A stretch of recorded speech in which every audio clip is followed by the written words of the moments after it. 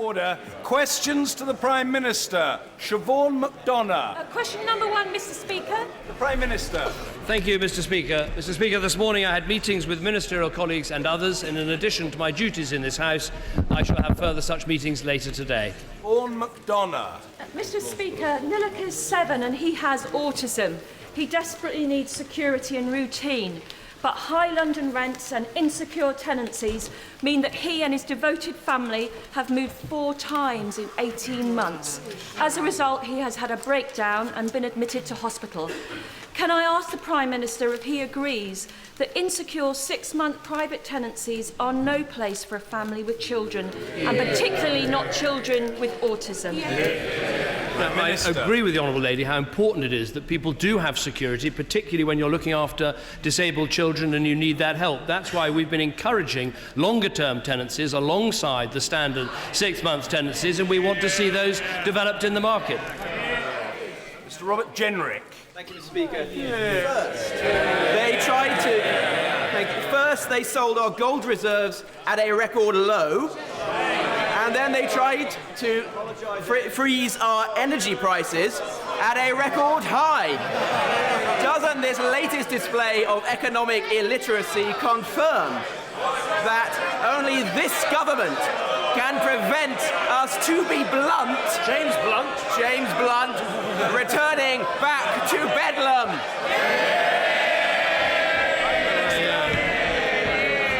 Well, I think I caught some of that, though I may need to buy the album to get the rest of it.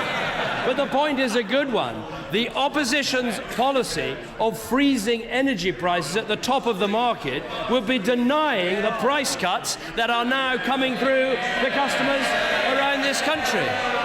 But the key to all of this is to stick to our long-term economic plan, which again today is seeing unemployment fall, the number of people in work rise to record levels, something which I'm sure will get a welcome right across the House of Commons. Miliband.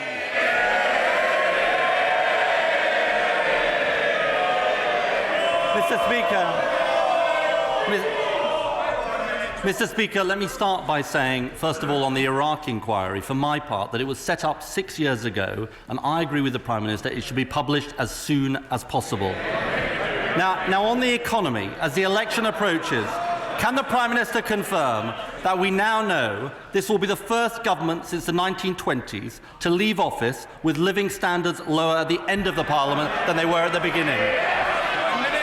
Well, first of all, let me agree with the Leader of the Opposition that we want to see this Iraq inquiry published promptly. But let me make this point. If everyone in this House, including members opposite, had voted to set up the Iraq inquiry when we proposed, it would have been published years ago. So perhaps he could start by recognising his own regret at voting against the establishment of the inquiry. Mr. Speaker, the inquiry was established 6 years ago after our combat operations had ended. And frankly, my views on the Iraq war are well known, and I want this inquiry published. Now, I notice he didn't answer on the economy. Families are £1,600 a year worse off. He said in his 2010 manifesto living standards would rise. Can we therefore agree that Tory manifesto promises on living standards aren't worth the paper they're written on? Well, first of all, let's be clear. He voted again and again and again against establishing the inquiry. But as ever, absolutely no apology. Now, let me deal very directly with living standards and what is happening in the economy of our country. The news out today shows a record number of people in work, a record number of women in work.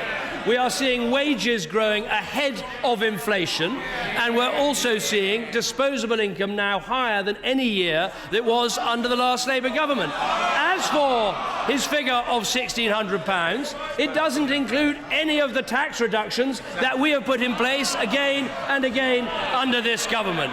That is the truth. And the fact of the matter is, Mr. Speaker, he told us there'd be no growth. We've had growth. He told us there'd be no jobs. We've had jobs. He told us there'd be a cost of living crisis. We got inflation at 0.5%. He's wrong about everything. He's raised taxes on ordinary families. He's raised VAT. He's cut tax credits. The reality is that people are worse off on wages and they're worse off on taxes under this Prime Minister. Now, he thinks everything is hunky-dory. Did he even notice this week the report that came out that said half of all families where one person is in full-time work can't make ends meet at the end of the month? You can work hard, play by the rules, but in Cameron's Britain, you still can't pay the bills. That's the reality. I study every report that came out. He's referring, of course, to the Rowntree report. And the Rowntree report says this: the risk of falling below a socially acceptable living standard decreases as the amount of work in a household increases. And under this government, we've got over 30 million people in work. We've got the lowest rate of young people claiming unemployment benefit since the 1970s. Long-term unemployment is down. Women's unemployment is down. We're getting the country back to work. And in terms of living standards, we've raised to £10,000 the amount of money people can earn before they start paying taxes, and people who are in work are seeing their pay go up by 4%. But if we'd listened to the right honourable gentleman, none of these things would have happened. If we listened to them, it would be more borrowing, more spending, more debt, all the things that got us in a mess in the first place. Mr. Speaker, he is the person who has failed on the deficit. And this Prime Minister, says, this Prime Minister never had it so good, and he's totally wrong. Now, he doesn't notice what's going on because life's good for those at the top. Can he confirm that while everyday people are worse off, executive earnings have gone up 21% in the last year alone? Prime Minister! He criticises me on the deficit. He's the man who couldn't even remember the deficit. And also, he's now had 4 questions and not a single word of welcome for the unemployment figures out today. Behind every single one of those statistics is a family that with someone who can go out to work, who can earn a wage, who can help give that family security. We're the party that is putting the country back to work. Labour are the party that would put it all at risk. Total complacency about 1 month's figures when he's had 5 years of failure under this government. Now, under him, we're a country of food banks and bank bonuses, a country of tax cuts for millionaires while millions are paying more. Isn't his biggest broken promise of all that we're all in it together? Oh, dearie me. You can see the problem that Labour have got. They can't talk about the deficit because it's coming down. They can't talk about employment because it's going up. They can't talk about the economy because the IMF, the President of the United States, all say the British economy is performing well. So what are they left with? Well, I'll tell you, Mr. Speaker, they've got an energy policy to keep prices high. They've got a minimum wage policy that would cut the minimum wage. And they've got a homes tax that has done the impossible and unite the honourable member for Hackney with Peter Mandelson. Now, to be fair to the honourable gentleman, we learnt at the weekend what he could achieve in 1 week in Doncaster, where he couldn't open the door, he was bullied by small children, and he set the carpet on fire. Just imagine what a shambles he'd make of running the country. Mr. Speaker, this is a Prime Minister Order. It may well be the session will take a bit longer, but questions and answers. That's fine by me. But however long it takes, the questions and the answers will be heard. Ed Miliband. I've got to say to the Prime Minister, if he's so confident about leadership, why is he chickening out of the TV election debate? This is the Prime Minister who will go down in history as the worst on living standards for working people. He tells people they're better off, they know they're worse off. Working families know they can't afford another 5 years of this government. Why don't we, Mr. Speaker, leave the last word to the head of the IMF, who often quoted by the Shadow Chancellor, who today seems to be having a quiet day, and I can see why, because our economy is growing, people are getting back to work. She said this: the UK, where clearly growth is improving, the deficit has been reduced, where unemployment is going down, certainly from a global perspective, this is exactly the sort of result we'd like to see. More growth, less unemployment, a growth that is more inclusive, that is better shared, a growth that is sustainable and balanced. That is the truth. Every day this country is getting stronger and more secure, and every day we see a Labour Party weaker and more divided and more unfit for office.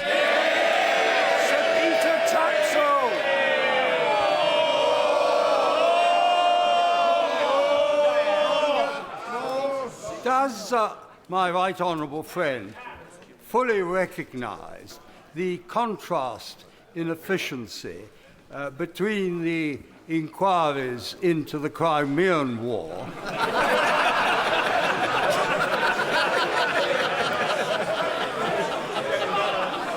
and the Dardanelles campaign,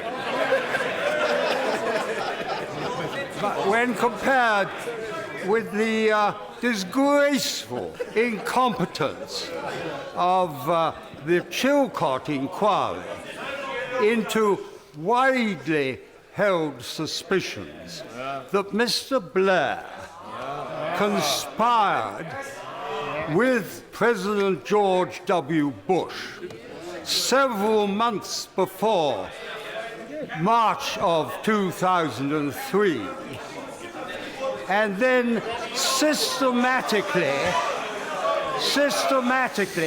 sought to falsify the evidence on which that action was taken. Well, I obviously bow to the Father of the House's knowledge about these previous inquiries. I would say the one thing all three have in common is I'm not responsible for the timing of any of them.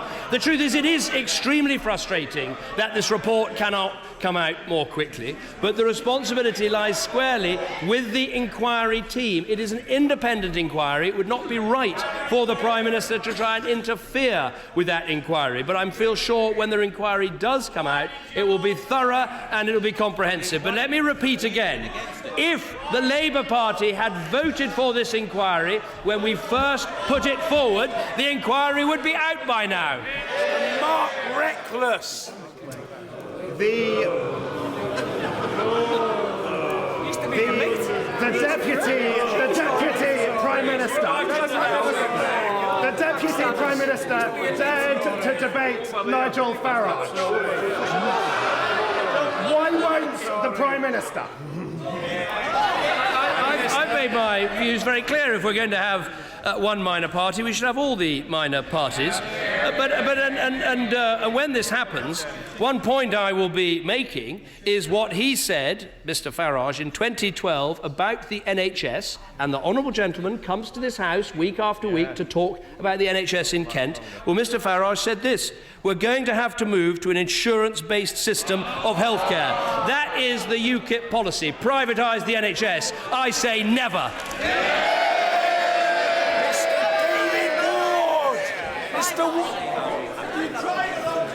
Enjoy your last 3 weeks. Thank you very much, Mr. Speaker.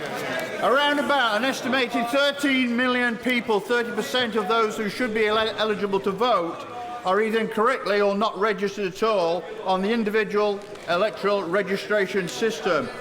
In this year of the election, will the Prime Minister ensure that the government fully supports the National Voter Registration Day on the 5th of February, and will he commit himself to taking part in the Bite the Ballots Leadership's live event? And it may help his decision to know that the Greens have agreed to take part in that debate. Look, I think it is important that people register to vote, and that's why local authorities have been given over £7 million to help in that process. But I do think the individual voter registration will help to cut out some of the fraud and some of the systems that were used in previous elections. Mrs. Mary Glindon, Thank you, Mr. Speaker. This week, Channel 4's dispatches did an excellent job in exposing the reality of life for millions of people in low-paid, part-time and insecure work. Can't the Prime Minister see that his failure to promote decent jobs with decent pay is still a fundamental problem for our economy?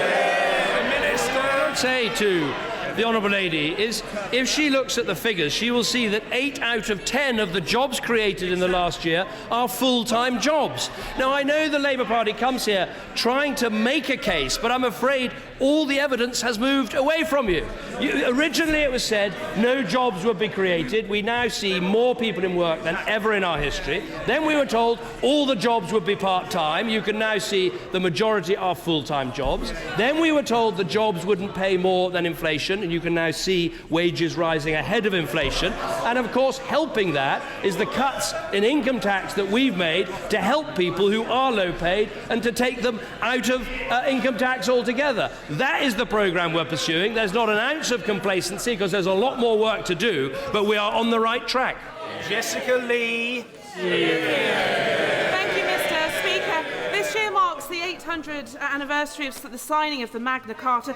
Will the Prime Minister support the Magna Carta Roadshow, a project I'm running in schools in Erewash, to make all children aware of this important document and more importantly, about the constitutional history of our great country and the rights and freedoms that we hold so dear? Well, I absolutely join the Honourable Lady in making that point. This is an important anniversary, and I think it's very important this country and our Parliament commemorates it properly, and also that we make sure we teach in schools how our Constitution has evolved, the rights that we have, because pride in those things is very important for understanding the precious jewel that we have in having a functioning democracy under the rule of law.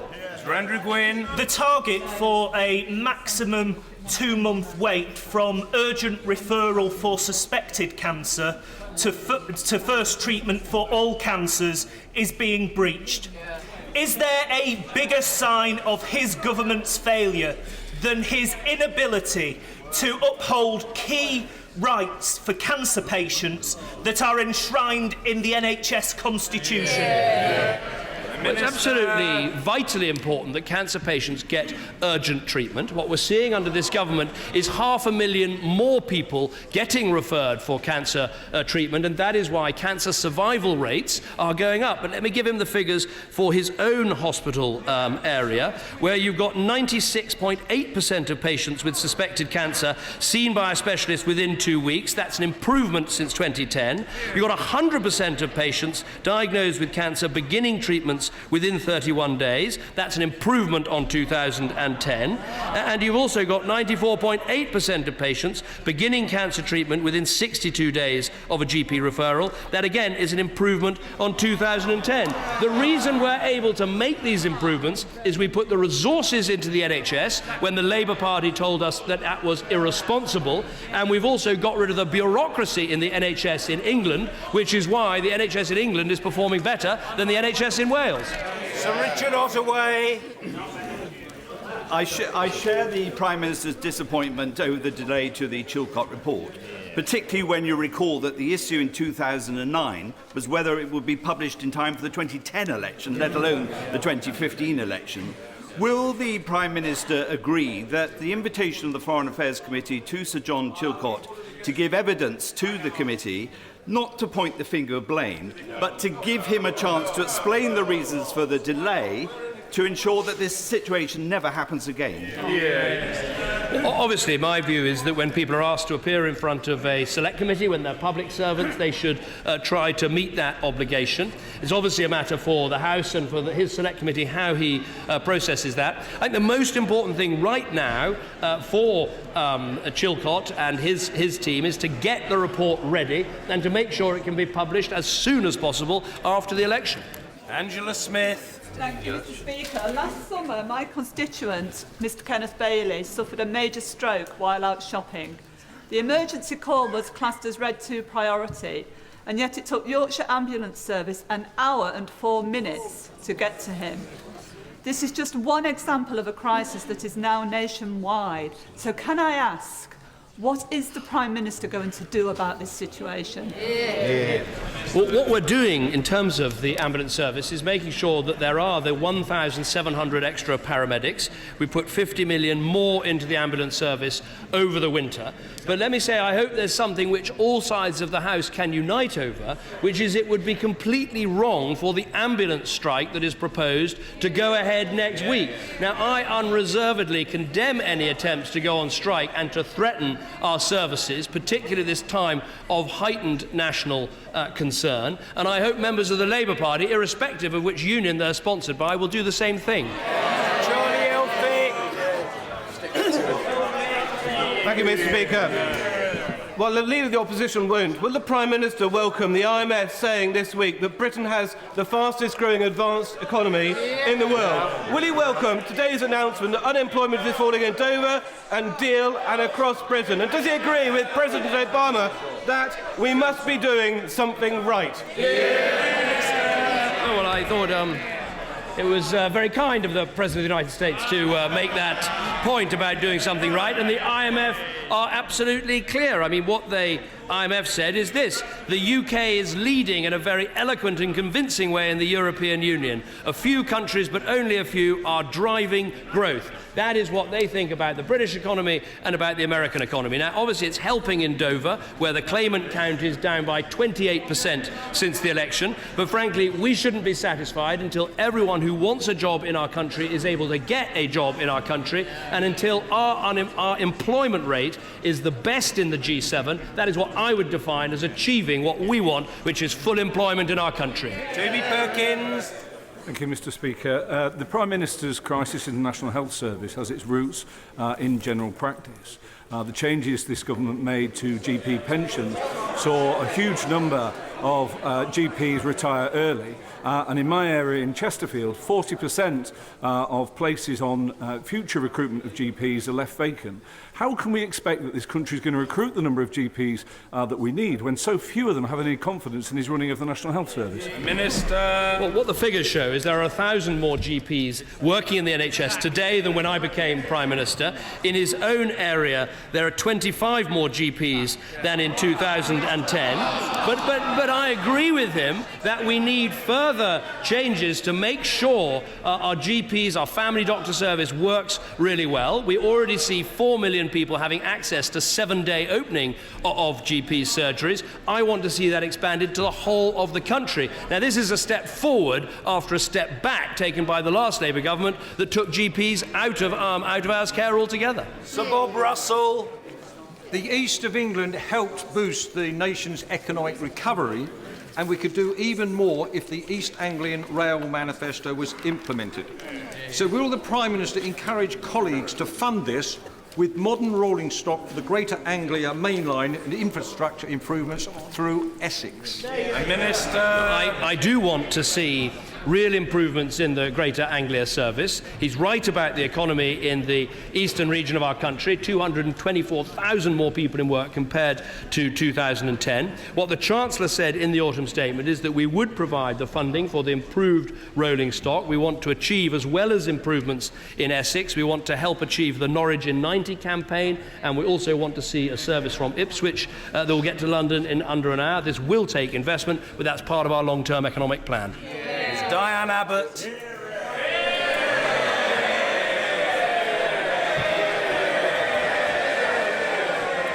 The delay in the publication of the Chilcot report is widely considered to be a scandal. Does the Prime Minister appreciate that it is important to find out exactly what has gone wrong, because we have a major inquiry into child sex abuse forthcoming, and the public would not understand if powerful people that may be named in that report would be able to delay publication year after year, as seems to have happened with Chilcot? I agree with the Honourable Lady that it's important these inquiries are done thoroughly and are done rapidly.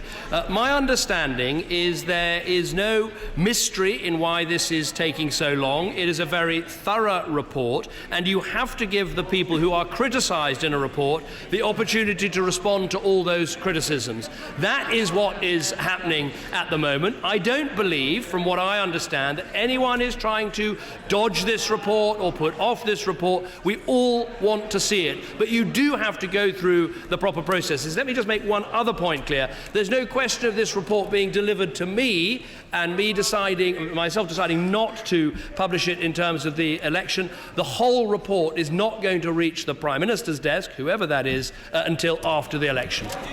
Dame Angela Watkinson. Would the Prime Minister join me in congratulating Havering Chamber of Commerce and Industry and the Havering branch of Mind, who are coming together tomorrow evening in an event to promote employment opportunities for people with mental health problems? I will certainly do that. I think it's right that mental health is getting a much higher political profile today than it has in the past. In terms of the National Health Service, we've given it parity of esteem in the NHS Constitution. But my honourable friend is absolutely right that one of the key challenges is helping people with mental health conditions get into work. And there's a lot more that business can do by engaging with the charities to help people in that situation. Sir David Winnick.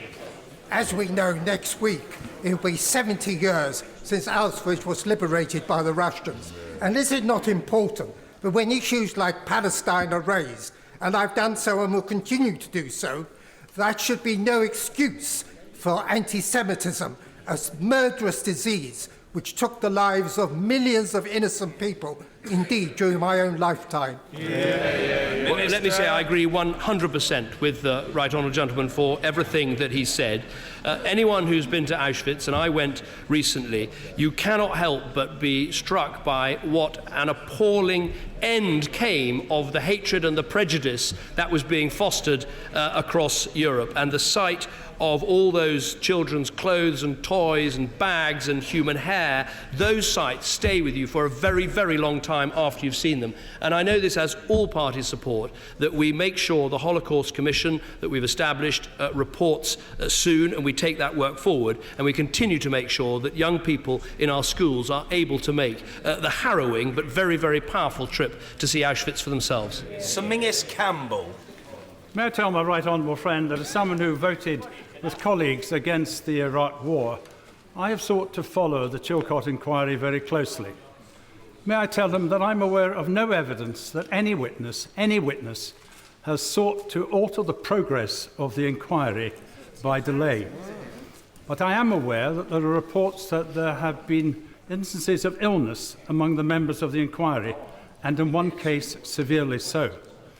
But there's not the lesson to be learned from this after the experience of the Savile inquiry and the Chilcot inquiry, that the proper template for such inquiries in the future should be as of Leveson, judge-led, but with a strict timetable. I think my right honourable friend makes a very strong point, particularly from the stance that he's taken, and I agree with him that I've not heard anything that anyone is trying artificially to delay this report. He's absolutely right about some of the things that have happened to the panel inquiry members, most notably the brilliant biographer of Churchill, Martin Gilbert, who I'm sure best wishes from everyone across the House would go to.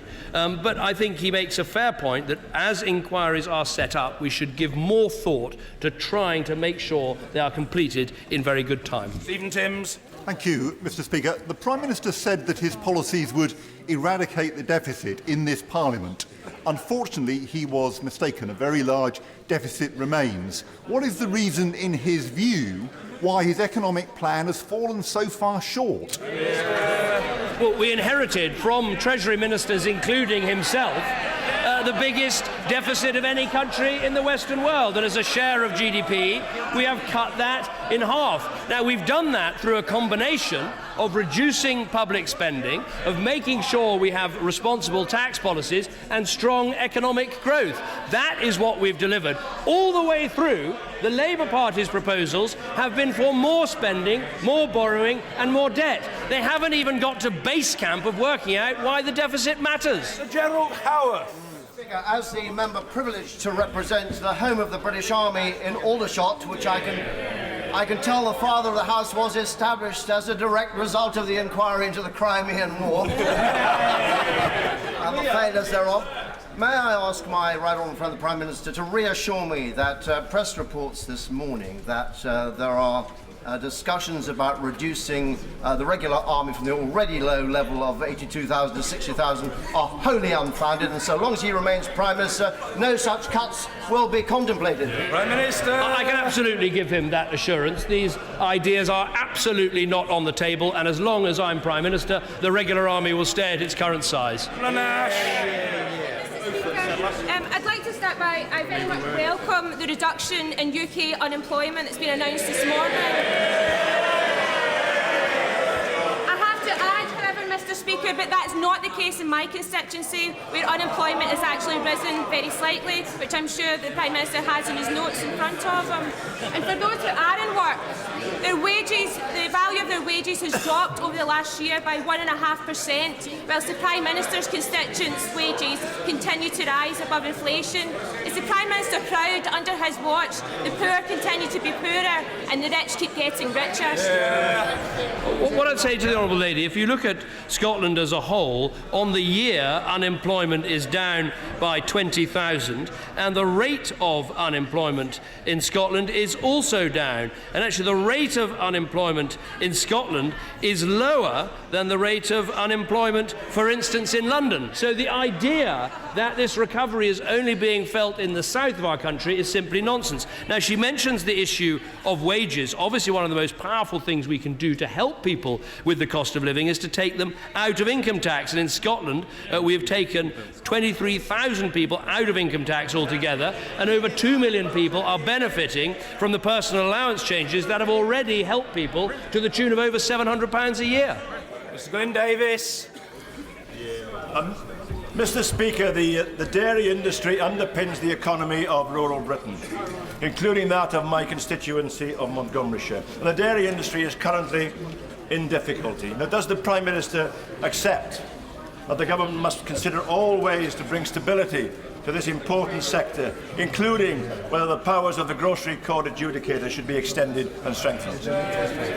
No, I very much agree with my honourable friend, and I think it is important that we look at how we can support Britain's dairy farmers at a time of very low milk prices. This is an important industry for our country, and I think there are a number of things we can do. First of all, make sure that revenue are prepared to provide the time to pay support for our dairy farmers. I think there's more we can do in terms of leading exports for British food producers, and I know the Secretary of State is very keen on that, specifically on the grocery code adjudicator, something we have established. I think it is time to make sure that organisation has the power, if necessary, to levy fines so that it can get its will obeyed. And I also think it's time to look at whether there are ways in which its remit can be extended to make sure it looks at more of this vital industry.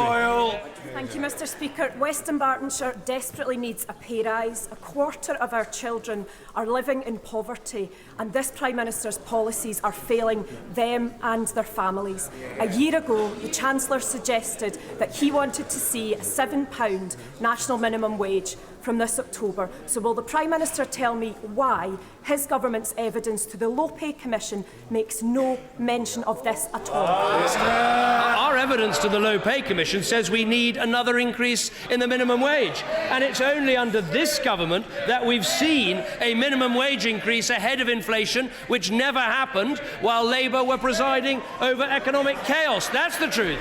But let me explain to the Honourable Lady. She is going to have to explain to her constituents why Labour's minimum wage policy would actually cut the minimum wage in the next Parliament.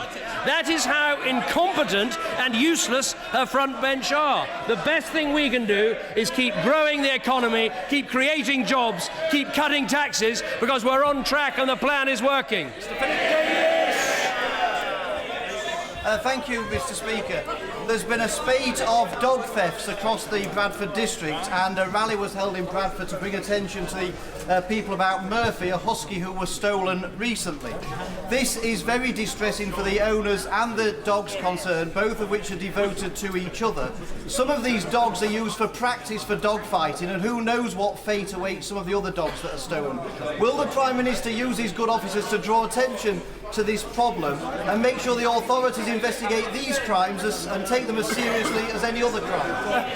No, I think my honourable friend makes an important point, which is that we are a nation of dog lovers. People are very attached to their pets, and it's appalling when they get stolen, particularly for the sort of purposes that my honourable friend talks about. Obviously, the changes we've made in terms of compulsory chipping should help with this issue, but my heart goes out to anyone who's seen a much-loved pet taken away from them. Last but not least, Mr. Nigel Dodds. Mr. Speaker, as the Prime Minister looks back over his achievements as Prime Minister in the last 5 years, and what he might be doing in the first few months of the next Parliament, or might not be doing, would he accept that in order to keep this country strong at home and abroad, and further to the question that was asked by the Right Honourable Gentleman from Aldershot, will he commit to maintain defence spending at 2% of GDP in order to ensure that our commitments to our NATO allies are maintained and that our country is secured? Well, we are one of the few NATO countries that does achieve 2% of spending on defence, and because of that, you're going to see in the coming months and in the coming years a defence equipment programme which I think is second to none in Europe. 2 aircraft carriers, new joint strike fighters, hunter-killer submarines, the new frigates. You can see a really strong defence industry supported by the commitment we've made that the defence equipment programme specifically should be protected. Order.